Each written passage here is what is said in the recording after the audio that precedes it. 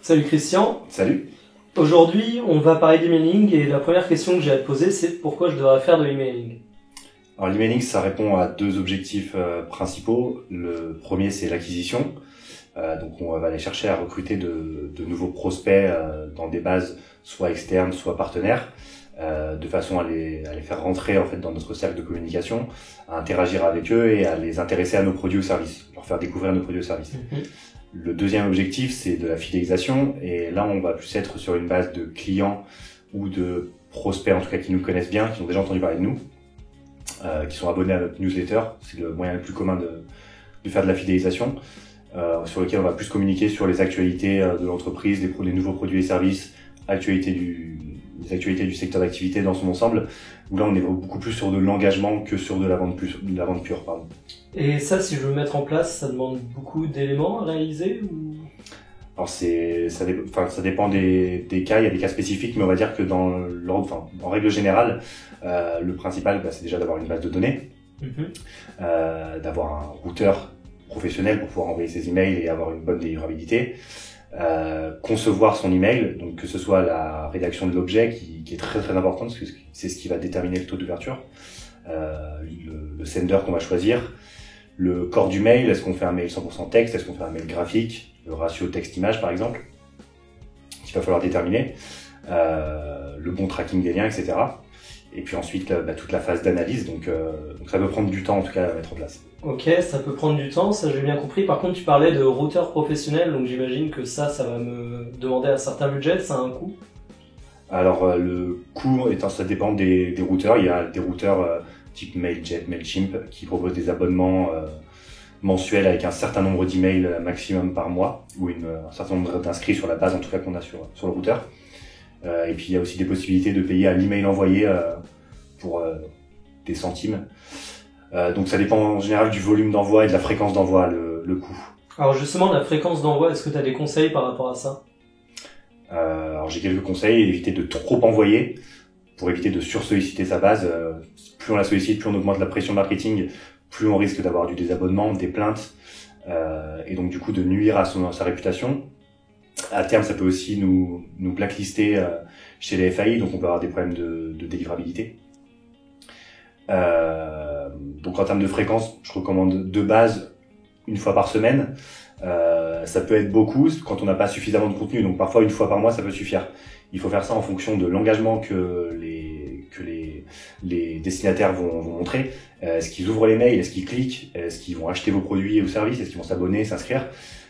Il faut analyser toutes les données et adapter votre fréquence d'envoi. Il n'y a pas une fréquence d'envoi idéale, mais par contre il y a toujours une fréquence d'envoi adaptée en tout cas à votre activité.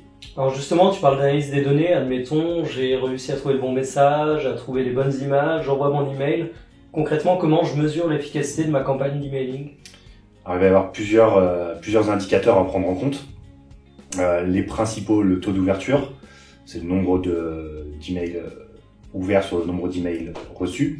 Le taux de clic, le taux de réactivité qui correspond au nombre de clics sur le nombre d'ouvertures. Le taux de désabonnement, qui vont être les principaux indicateurs à prendre en compte. Ouais. Ok, et du coup, au niveau du taux d'ouverture, du taux de clic, quels sont les chiffres qui pourraient me servir de repère pour savoir si mes campagnes sont performantes ou non? Alors disons que sur de l'acquisition, sur une base de personnes qui ne te connaissent pas, les chiffres vont être beaucoup plus bas que sur de la fidélisation où les gens te connaissent, donc normalement sont abonnés à tes emails. Sur de l'acquisition pure, on peut dire qu'en dessous 10% d'ouverture, c'est pas bon. En dessous de 2% de taux de clic, c'est pas génial non plus. Sur de la newsletter, sous 25% d'ouverture, 20-25% on va dire, c'est pas top. Et un taux de clic en dessous 3%, c'est pas non plus pas génial. Du coup, dans ces cas-là, j'imagine qu'il faut avoir une opération de nettoyage de sa base, analyser qui l'ouvre, qui ne l'ouvre pas. Tout à fait.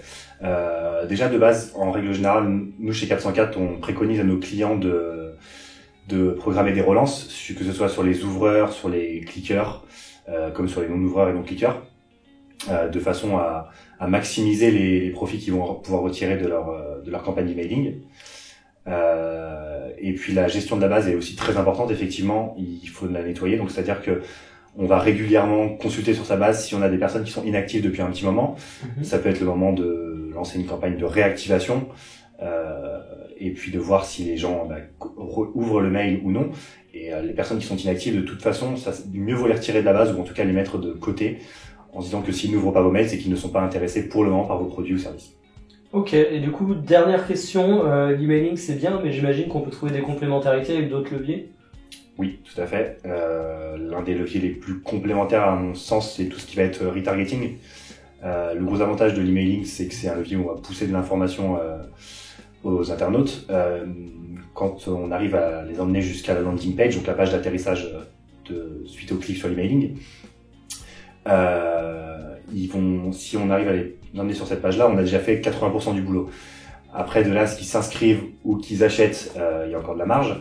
Donc, ce qu'on conseille chez l'agence 404, c'est de mettre en place un cookie, de mettre en place du retargeting, ça peut être via AdWords ou via d'autres plateformes, de manière à ce que les abandonnistes, entre guillemets, puissent être retargetés avec de la publicité, que ce soit display ou des annonces AdWords classiques, sur les produits ou services qu'ils ont consultés.